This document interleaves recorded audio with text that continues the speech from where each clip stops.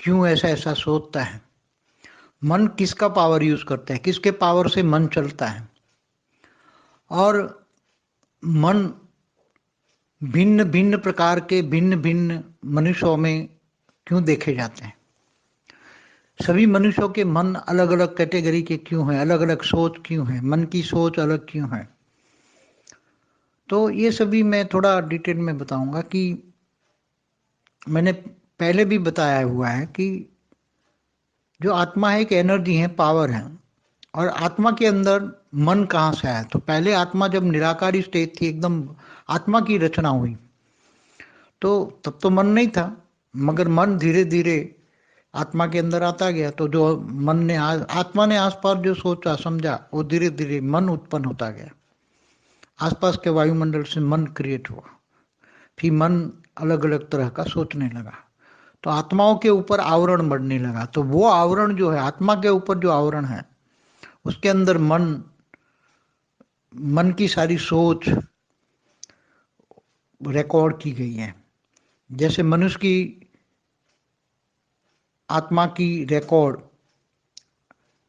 मनुष्य आत्मा में जो रिकॉर्ड पड़ा है वो कारण शरीर में रिकॉर्ड है। तो कारण शरीर में ना आकाश तत्व का, तो आकाश तत्व का मन के आवरण पर कई आवरण है, आत्मा के ऊपर कई आवरण है। आत्मा के ऊपर जो परम प्रकाश की आत्मा है, तो उसके ऊपर परम महतत्व, उसके बाहर परम आकाश, इसके बाहर परम वायु, इसके बाहर परम अग्नि, इसके बाहर आकाश तत्व है।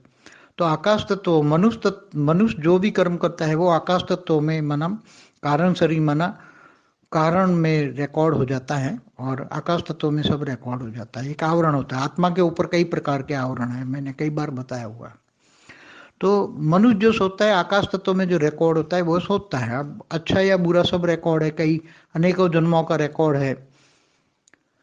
तो ये सोचना भी एक बहुत मतलब गहरा सब्जेक्ट है कि ये सोच भी कहाँ से आती है मन के अंदर। मन ये सोच कहाँ से लाता है, कभी अच्छी, एक सेकंड में अच्छी, एक सेकंड में बुरी, एक सेकंड में मन पवित्र बन जाता है, शुद्ध बन जाता है, एक सेकंड में अशुद्ध बन जाता है, नेगेटिव सोच आती है, पॉजिटिव नेगेटिव पॉजिटिव, पूरा दिन मन सोचता रहता है। हर पल में कितनी बार सोचता है वो तो हर कोई। इसलिए कहते हैं मन को कंट्रोल करना, मन को कंट्रोल करना। तो मन को एनर्जी जो मिलती है वो आत्मा की पावर मिलती है। इसलिए कई बार मैंने पुराने रिकॉर्ड में बोला है, आत्मा के अंदर मन है और मन के अंदर बुद्धि है, बुद्धि के अंदर संस्कार है, कई बार मैं बता चुका हूँ। अब आज हम आत्म मन के बारे में कहते हैं कि अंतर मन, एक होता है अंतर मन, एक होता है बाह्य मन।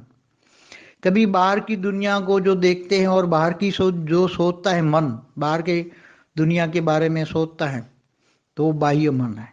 अंतर मन, मन एकदम जैसे भक्ति में लीन हो जाता है, और भक्ति में या भावनाओं में लीन हो जाता है, अच्छी बातों में लीन हो जाता है, बहुत सोचता है, तो कहता है मेरा अंदर का मन, मेरा अंतर मन ये कहता है कि ये काम नहीं करना है। अंतर मन से आया अंतर मन। तो अंतर मन क्या है? तो अंतर मन एकदम कोई अच्छी सोच लेकर गहराई में चले जाते हो तो आकाश तत्व के अंदर, आत्मा के बाहर का जो आकाश तत्व का जो घेरा है, कारण शरीर का घेरा है, उसमें से अच्छी बातें उसमें आ जाती हैं।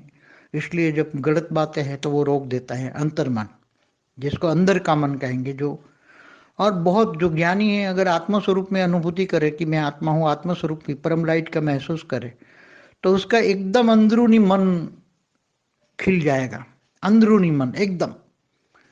तो अंदरूनी मन में तो जो रिकॉर्ड है एकदम मैं आत्मा हूँ, सारा ज्ञान आ जाएगा, ज्ञान इमर्ज हो जाएगा। तो धीरे धीरे अंदर की बातें, ज्ञान की बातें, मैं कौन हूँ, कहाँ से आया हूँ, ये आत्मा के बाहर के आवरण में सब कुछ रिकॉर्ड पड़ा हुआ है। सब कुछ जो परम महतत्व कहते हैं उसमें सब रिकॉर्ड पड़ा है। परम महतत्व में परम महतत्व का रिकॉर्ड है, परम आकाश में भी रिकॉर्ड है, परम परम अग्नि परम वायु में भी रिकॉर्ड है, आकाश तत्व में भी रिकॉर्ड है, स्थूल वायु स्थूल अग्नि में भी रिकॉर्ड है।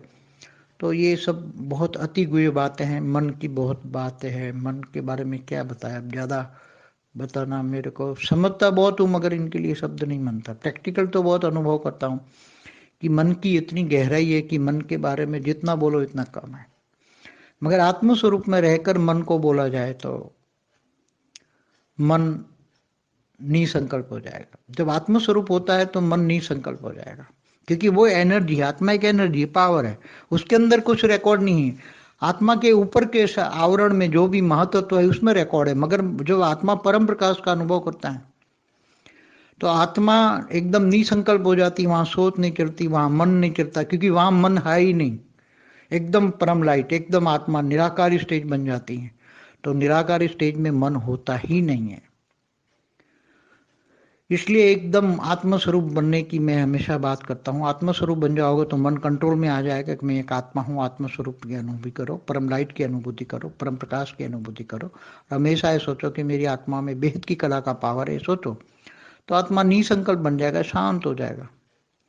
मगर जब बाहर के आवरणों में आता है, बाहर की दुनिया में देखता है, सोचता है, तो मन चलता है, मन सोचने लग जाता है।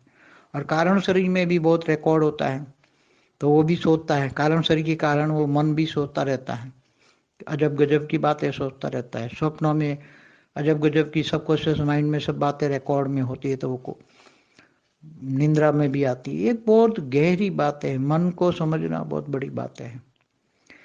मगर मन को एनर्जी आत्मा से मिलती है। आत्मा एक पावर है और कुछ नहीं, आत्मा एक पावर है, उसके अंदर मन है।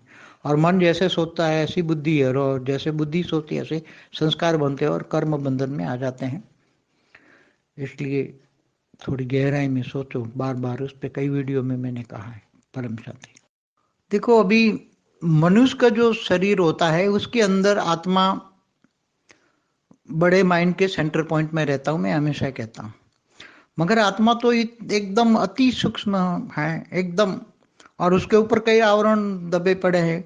आत्मा के ऊपर कई आवरण मैं कह चुका हूँ। आत्मा परम लाइट की, उसके ऊपर परम महतत्व है, परम आकाश है, परम वायु है, परम अग्नि है, आकाश तत्व है, फिर उसके ऊपर वायु है, अग्नि है, उसका आवरण में आत्मा रहती है। तो वो जो सोच चलती है वो आकाश तत्व, मनुष्य तत्वों में जो मनुष्य होता है, तो मनुष्य जो सोचता है वो आकाश तत्व में रिकॉर्ड के हिसाब से सोचता है। आकाश तत्व में माना कारण शरीर में जो रिकॉर्ड पड़ा है, कर्मों के कारण, अनेकों जन्मों के कर्मों के कारण सारा रिकॉर्ड कारण शरीर में है, वो ऑटोमेटिक सोचती रहती है। चाहे सोते खाते पीते न चाहो तो भी सोचती रहती है। इसलिए हमने हमेशा कहा है कि आत्मा अलग है, मन अलग है। आत्मा के अंदर ही मन है, मगर मन को कंट्रोल करने के लिए आत्मा स्वरूप की अनुभूति चाहिए। जब एकदम तुम मन पावर को अनुभव करोगे, मन एक पावर से परे है और मन को चलाने वाला भी ये पावर एक आत्मा है, तो मन अलग है, आत्मा अलग है, ये समझना पड़ेगा। और मन बुद्धि संस्कार ये मनुष्य के आकाश तत्व में जो रिकॉर्ड है, मतलब कारण शरीर में, उसके हिसाब से मनुष्य काम करता है। मगर मनुष्य जब मनुष्य न रह जाए, मतलब कह जाए देवता बन गया, तो इससे ऊपर परम आकाश तत्व खुल जाए, तो परम अग्नि खुल जाए, परम वायु खुल जाए, परम तत्व खुल जाए, तो धीरे धीरे इनसे सोच से परे वो धीरे धीरे धीरे ऊपर चला जाएगा। मगर आत्मा में स्थित होने से, आत्मा निराकार होने, उसको ज्ञान हो जाएगा कि आत्मा का जन्म कब हुआ, आत्मा मैं कौन हूँ, कहाँ से आया हूँ, क्यों आया हूँ, सब कुछ पता लग जाएगा।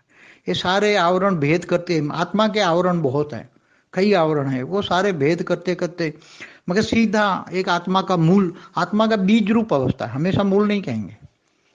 तो बीज में से मूल निकलता है। जैसे एक पौधा होता है तो उसका बीज होता है, बीज में से मूल निकलता है, और मूल में से फिर टाल टालिया होकर वृक्ष बनता है।